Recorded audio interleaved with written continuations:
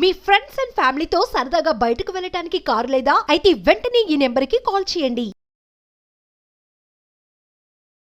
నమస్తే రమగారు. నమస్తే జయ. రమగారు, ఏదైనా మంచి కథ కావాలండి ఈరోజు. మంచి కథ అంటే కొన్ని పిచ్చి కథలు చెప్తున్నామా మేము? చెప్పాలి. వెంటనే రమగారి మాట అంటారు అనుకున్నాను. ఇంకా మంచి కథ. సరే. మామూలుగా మనం ఏమనుకుంటామంటే అదృష్టం ఏదైనా దెబ్బ తగిలింది, కింద పడ్డామనుకో, పడితే పెద్ద దెబ్బ తగిలి అదృష్టం కాస్తలో తప్పింది అంతే కదా. అందుకని పెద్దవాళ్ళు ఏం చెప్తారంటే ఐశ్వర్యం కంటే అదృష్టం ఇంపార్టెంట్, డబ్బులు ఎన్ని ఉన్నాయి అనేది మనకు ఇంపార్టెంట్ కాదు. అదృష్టం ఉండాలి. అదృష్టం అంటే ఇప్పుడు బాగా డబ్బులు ఉన్నాయి, అవి తినివి అనుభవించే అదృష్టం ఉండద్దు మనకి. పెద్ద కోటీశ్వర్లో కూడా ఏ యాసిడిటీయో ఉందనుకోండి, అన్నం తినలేరు. ఏం ఉపయోగం డబ్బు ఉండి? ఉపయోగం ఏమీ లేదు. కాబట్టి ఆ అదృష్టం ఐశ్వర్యం కంటే అదృష్టం చాలా ఇంపార్టెంట్ అని చెప్తూ ఉంటారు. దానికి సంబంధించి ఒక కుర్రాడి కథ చెప్తాం. ఇది ఒక చందమామ కథ. ఒక కుర్రాడు వాడి అదృష్టాన్ని ఐశ్వర్యాన్ని ఎలా హ్యాండిల్ చేశాడని చెప్పేది. అయితే ఒక ఊళ్ళోనట ఒక రామయ్య సీతమ్మ అని ఒక భార్య భర్త. ఇప్పుడు మీ అమ్మాయి పోట్లాడకూడదు, రైతు అంటే రామయ్య ఉండాలంటే రైతు అంటే రామయ్య పేరు బాగుంటుంది. అయితే వీళ్ళకి ఏంటంటే చాలా కాలం సంతానం కలగలేదు. సరే, ఎప్పటికో ఒక కొడుకు పుట్టాడు. ఆ కొడుకు వాళ్ళు చేలో ఉండగా, అంటే వ్యవసాయ భూమిలో ఉండగా పుట్టాడు. అబ్బాయి పుట్టేసరికల్లా అప్పుడు మన అదృష్టం చక్క పచ్చని చేలో సంతానం కలిగిందని సంతోషించారట. అప్పుడు అదృష్ట దేవత ఆ రోడ్లో అక్కడ తిరుగుతోంది, ఆ పొలంలో. ఆవిడ నేనున్న పొలంలో పుట్టాడు, ఎప్పుడు వీడిని వెన్నంటి ఉంటానని వీళ్ళకి కనపడి చెప్పింది. ఫెయిరీ అంటాం కదా మనం ఇంగ్లీష్ కథలో. అట్లా ఒక అదృష్ట దేవత అనే ఫెయిరీ వచ్చి కనపడింది. వనదేవత ఆవిడ అదృష్టాన్ని ఇస్తుంది. ఎప్పుడు వీడు వెన్నంటి ఉంటాను, నేను ఈ సమయం ఇక్కడ ఉన్నప్పుడు పుట్టాడు కాబట్టి అని చెప్పింది. వాడి పేరు నారాయణ, పిల్లాడి పేరు. అయితే ఈ నారాయణ ఏంటంటే చిన్నప్పుడు ఎక్కడైనా పడితే వాడు పడ్డ చోటు మెత్తగా ఉండేలాగా వాడు అదృష్ట దేవత చూసేది. ఓ 2-3 పిల్లలు కొట్టుకున్నారనుకో, అందులో వీడున్నాడు అనుకో, వీడికి గట్టి దెబ్బ తగలకుండా అవతల వాడు ముక్కు మీద గుద్దాడు అనుకో, వీడిని ఆ చెయ్యి ఇక్కడ కాకుండా ఇలా వెళ్ళేలాగా అదృష్ట దేవత చేసేది అనమాట. దెబ్బ తగలకుండా చూసి కాపాడేది. అక్కడి నుంచి వాడు ఏదైనా చిన్న మొక్క పెట్టాడు అనుకో, ఆ మొక్క ఏపుగా పెరిగేలాగా అదృష్ట దేవత చూసుకునేది. ఇట్లా వీడు పెరిగి పెద్దవాడయ్యాడు. 15-16 ఏళ్ళు వచ్చే, 18 ఏళ్ళు వచ్చినాయి. వ్యవసాయ పనులు అన్నీ వచ్చినాయి. రైతులు అవ్వడం పాతకాలపు పద్ధతి కదా, ఏ కుల వృత్తి వాళ్ళే చేసుకునేవాళ్ళు. అక్కడి నుంచి వాళ్ళ అమ్మ నాన్న అనేవాళ్ళు అదృష్ట దేవత నీ వెన్నంటి ఉందిరా, అదృష్ట దేవత వల్లే మనం బాగున్నామంటే వాడికి కోపం వచ్చేది. ఎర్రని ఏగాని కూడా అదృష్ట దేవత ఏనాడు నాకు ఇవ్వాల, ఆవిడేమైనా 10 పైసలు ఇచ్చిందా నాకు వచ్చి అనేవాడు. అదృష్ట దేవత డబ్బులు ఇవ్వాల, వీడికి అదృష్టాన్ని ఇచ్చేది. అది కూడా ఏమిటి, ఏదో కాదు, వాడి లెవెల్లో ఇచ్చేది అంతే. అక్కడి నుంచి ఏమైంది, వీడు మొక్కలు మామిడి చెట్లు పెట్టాడు. అందరి మామిడి చెట్లు ఇంతంది ఉంటే వీడి మామిడి చెట్లు గుమ్మటాల్లా ఉండేవి. అదృష్ట దేవత వల్ల అందరికీ 4 ఏళ్ళకి కాస్తే వీడికి 3 ఏళ్ళకి కాపొచ్చింది. అయితే ఓసారి ఏమైంది, మామిడి తోటలో పళ్ళు కోసుకుంటున్నాడు. ఆ అదృష్ట దేవత ఆవిడ కూడా వనవిహారం చేస్తుంది. అప్పుడు అదృష్ట దేవత అదృష్టం అంటారు అమ్మా నాన్న. ఏం అదృష్టం, మామిడికాయలు కోసుకోవటం అదృష్టం, బోడి అన్నాడు. అనేసరికల్లా ఆవిడ కనపడింది. బోడి అంటావేమిట్రా, బోడి ఎందుకయింది, నీ పక్కనున్నవాడు తోటేశాడు, వాడికి వచ్చే సంవత్సరం కానీ పూతా పిండా రావు, నీకు ఈ సంవత్సరమే పూసింది కాసింది పండుతోంది, కోస్తున్నావు అంటే ఏమన్నాడు, నేను చేసిన పనే కానీ నువ్వు చేసిందేముంది అందులో, నేనే మొక్కలు పెట్టా, నేనే గొప్పులు దవ్వా, నేనే నీళ్లు పోసా, కాస్త పెందరాలే కాసినాయి అంతే. వచ్చే ఏడాది కాకుండా ఈ ఏడాది కాదు, అందులో పెద్ద నువ్వు పగలు తీసింది ఏమీ లేదమ్మా, నేను చేసిన పనికే వచ్చింది అనేసరికల్లా ఆవిడంది, ఇది అదృష్టం కాదా, 1 సంవత్సరం తర్వాత రావాల్సిన డబ్బు నీకు ముందే వస్తుంది. వీడేమన్నాడు, అవును ముందే వస్తుంది, ఊరికే రాలేదే, నేను పని చేస్తే వచ్చింది. నేను ఇంట్లో పడుకుంటే నువ్వే మొక్కలు పెట్టి, నువ్వే పాదులు చేసి, నువ్వే నీళ్ళు పోసి, నువ్వే పూయించి కాయిస్తే అప్పుడు నువ్వు ఏదైనా వచ్చినట్టు. ఏమీ లేదు, నేను పగలనక రాత్రనక ఇక్కడ నేను చచ్చేలా పని చేస్తే నాకు డబ్బులు వస్తున్నాయి, నువ్వు వచ్చి చేసిందేముంది పో నువ్వు అన్నాడు. ఆవిడేమంది, నాయన నేను నీకు ఇదే చేయగలనరా, నీకు డబ్బు ఇవ్వలేను, నేను అదృష్టాన్ని మాత్రమే. అది కూడా ఏంటంటే ఇప్పుడు అందరి చెట్టు మొన్న పిడుగు పడింది, వానలు వచ్చినప్పుడు పిడుగులు పడ్డాయి. పక్కవాడి తోటలో 2 చెట్లు 3 చెట్లు మామిడి చెట్లు పిడుగు ఇట్లా పడంగానే భగ్గుమని మండి కాలిపోతాయి, వీడి చెట్ల మీద పడలా. 3 చెట్లు పోయినాయంటే 3 చెట్ల పళ్ళు పోయినట్టేనా? పైగా పిడుగుపాటుకి గురైన ప్రాంతంలో మళ్ళీ చెట్లు మొలవ్వు. అవును. నీకు పళ్ళ అంటే వాడికి నచ్చలేదు. సరే, కొన్నాళ్ళు అయిన తర్వాత ఇంకా కాస్త పెద్దవాడయ్యాడు. అమ్మ నాన్న కాలం చేశారు. వీడు ఇలాగే ఏవో పని చేసుకునేవాడు. మేకల్ని గొర్రెల్ని కాచుకునేవాడు. మేక గొర్రె తెస్తే అందరికీ ఒక్కొక్క మేకకి ఒక పిల్ల పుడితే వీడి దగ్గర ఉన్న కొన్ని మేకలకి 2 పిల్లలు పుట్టేవి. అదృష్టం వల్ల అందరూ ఓహో అనేవాళ్ళు. వాడికి నచ్చేది కాదు. డబ్బులు ఇవ్వదు, ఏమి ఇవ్వదు. ఒక బంగారు గని ఏదైనా ఇవ్వచ్చు కదా, నాకు అదృష్టం ఉంది అంటే ఆవిడ అవన్నీ నా వల్ల కాదనేది. కొన్నాళ్ళు ఇలా గడిచింది. తర్వాత ఏమైంది, వీడికి సంపాదన బాగానే ఉంది కదా. రాజుగారి ఊరు అంటే వీళ్ళు సేటి పల్లెటూరులో ఉంటారు. నగరానికి వెళ్ళాడు ఒకరోజు.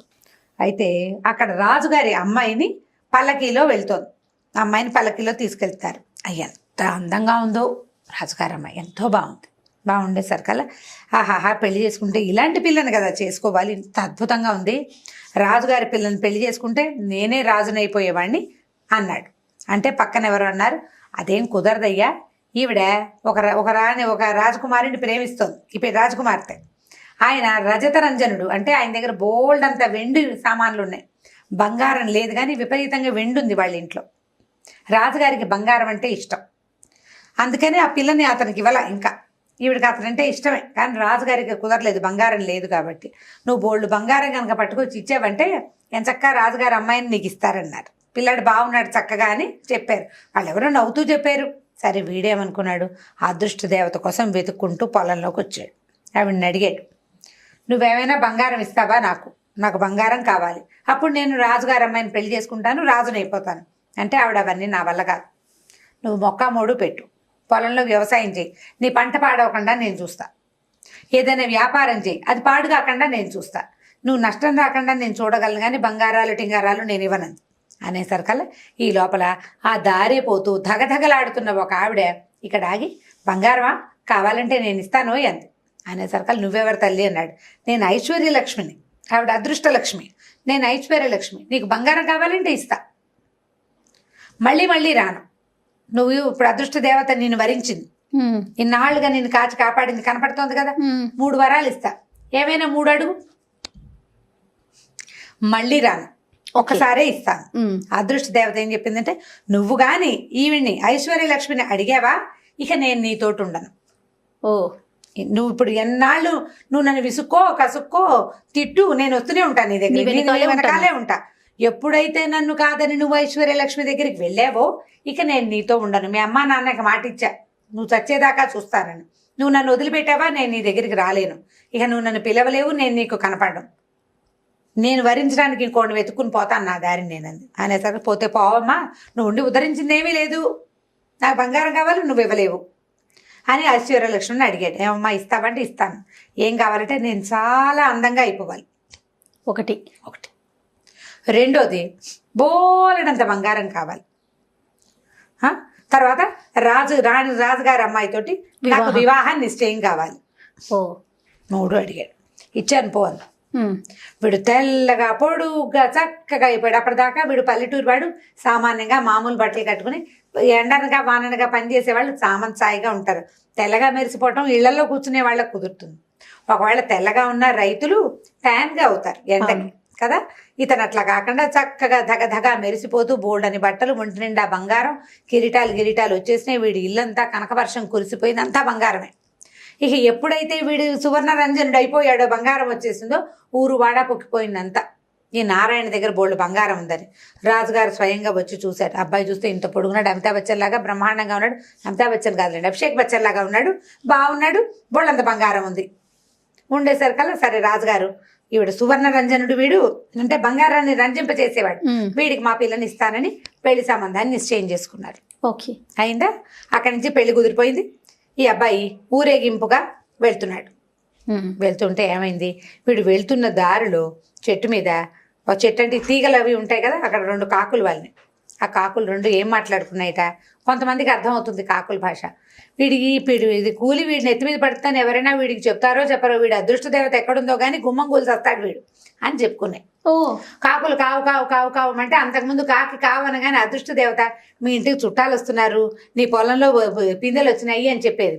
పైకి చూశాడు వీడు. ఆడు చెప్పడానికి అదృష్ట దేవత ఏది, ఆవిడ ఎప్పుడో వెళ్ళిపోయింది పాపం, అక్కడ లేదు ఆవిడ.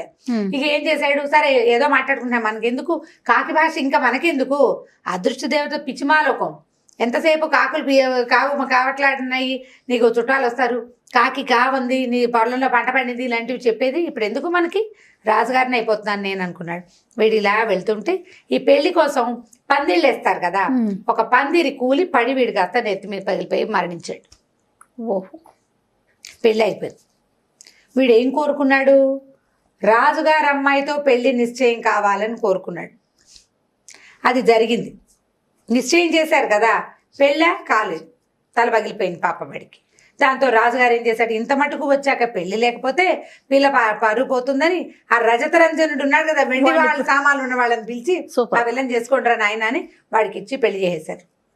ఆ పక్కనే నుంచున్న అదృష్ట దేవత పడుకో దండం పెట్టి వెళ్ళొస్తాను బాబు అని వెళ్ళిపోయింది. ఈవిడ ఏం చేసింది, అదృష్ట దేవత వీడి దగ్గర నుంచి వాడి దగ్గరికి వెళ్ళింది. వాడికి ఐశ్వర్యలక్ష్మి రాలా, అదృష్టమే వచ్చింది. లాస్ట్ మినిట్లో అయినా రాజకుమార్తె వీడిదయ్యే అదృష్టాన్ని ఆవిడ కలగజేసింది. నారాయణ గనక సంయమనంతో ఉండుంటే కొంత వాడి అదృష్టం కలిసి వచ్చేది. అదృష్టం కలిసి రావద్దు, నాకు బంగారమే కావాలని కోరుకున్నాడు వాడు. కాబట్టి అదృష్టం ఎంత చిన్నదైనా అది అవసరం. ఇప్పుడు మనం ఒక గట్టి పెద్ద దెబ్బ తగిలింది, ఎక్కడి నుంచో పడ్డాం, పైనుంచి పడేశాడు, బ్రహ్మదేవుడు అని తిట్టకూడదు. పైనుంచి పడితే కాలే విరిగింది, కళ్ళు గిళ్ళు పోయి నడి విరిగిపోకుండా ఒక కాలు విరిగింది అనుకో ఓకే. చిన్నప్పుడు చెప్పేవాళ్ళు జయ ఒక సామెత, కాల్లో ముళ్ళు గుచ్చుకుంటే ఏడవకూడదు, అది కంట్లో గుచ్చుకోలేదు, దేవుడా నువ్వు ఎంత కరుణామయుడివిరా, నా అదృష్టం అని అనుకోమనేవాళ్ళు. ఇప్పుడు మొహాన్ని దెబ్బ తగిలితే నయం, అదృష్టం నెమరగంతకు తగిలితే పోయేవాళ్ళు అని చెప్పేవాళ్ళు. మనకి తప్పిన దాని గురించి అనుకోవాలి అంతే. మనకు దొరికిన దాన్ని మన అదృష్టంగా భావిస్తే ప్లస్లుగా మారుతాయి, అవన్నీ మైనస్ పాయింట్స్ గా తీసుకోకూడదు. కాబట్టి ఈ కథని పిల్లలకి సరదాగా చెప్పచ్చు. పిల్ల కాదు, ఇది బహు పెద్ద వాళ్ళు కూడా తెలుసుకోవాల్సిన కథ విషయం. అవును, మనకి ఎంత ఉందని కాదు, మనం ఎంత లక్కీ అనేది ఇంపార్టెంట్. ఎంత అదృష్టవంతులం మనం, ఎంత హాయిగా ఉన్నాం, ఎంత సుఖంగా ఉన్నాం అనేదే ఇంపార్టెంట్. కానీ మన దగ్గర ఎంత ఉంది, మనకి ఏముంది కాదు, మనతోటి ఏముంది, మనం ఎంత హాయిగా ఉన్నాం అనేది ఇంపార్టెంట్. ఈ కథని పిల్లలు పెద్దలు అందరికీ చెప్పచ్చు, బాగా ఇంట్రెస్టింగ్గా ఉంటుంది. మంచి కథ, చందమామ కథ, ఇది 60s లో కథ ఉంటుంది బహుశా. ఓకే, చాలా బాగుంది రమ్మగారు. నమస్తే. నమస్తే.